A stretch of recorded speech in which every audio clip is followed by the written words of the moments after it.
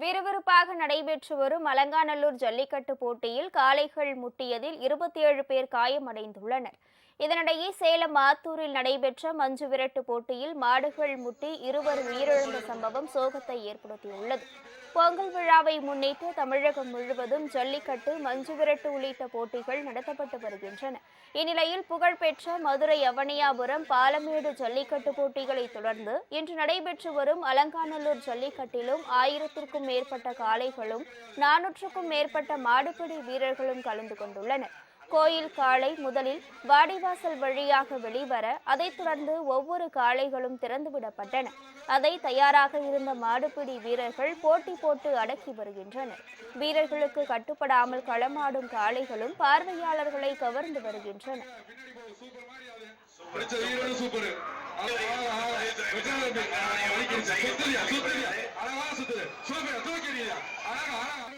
இந்நிலையில் France, America, Israel போன்ற பல்வேறு நாட்டிலிருந்து மாணவர்கள் மற்றும் பெரியவர்கள் என 30க்கும் மேற்பட்ட வெளிநாட்டு சுற்றுலா பயணிகள் ஜல்லிக்கட்டு போட்டியை ஆர்வத்துடன் கண்டு ரசித்தனர்.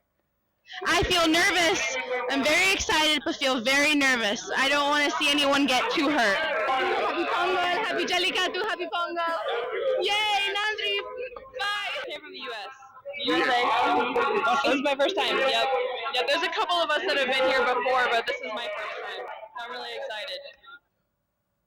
தேனி மாவட்டத்தை சேர்ந்த திருநங்கையான ஐஸ்வர்யா என்பவரின் மாடு வெற்றி பெற்றது. ஜல்லிக்கட்டு பேரவைத் தலைவர் PR ராஜசேகரனின் மருது என்ற மாட்டுடன் சேர்ந்து உருண்ட வீரர் விடாமல் போராடி இறுதியில் வெற்றி பெற்றார். இந்த ஜல்லிக்கட்டு போட்டியில் முன்னாள் அமைச்சர் விஜயபாஸ்கர், இலங்கை அமைச்சர் தொண்டமான் ஆகியோரின் காளைகள் மாடுபிடி வீரர்களுக்கு சவால் விடும் வகையில் களமாடி வெற்றி பெற்றன. 6 சுற்றுகள் முடிவுகள். காளைகள் முட்டியதில் மாடுபிடி வீரர்கள் 13 பேர், காளைகளின் உரிமையாளர்கள் 6 பேர், பார்வையாளர்கள் 4 பேர், பாதுகாப்பு பணியில் இருந்த காவலர்கள் 4 பேர் என மொத்தம் 27 பேர் காயமடைந்தனர். அவர்களில் 8 பேர் பலத்த காயமடைந்ததால் மதுரை ராஜாஜி மருத்துவமனைக்கு கொண்டு செல்லப்பட்டனர்.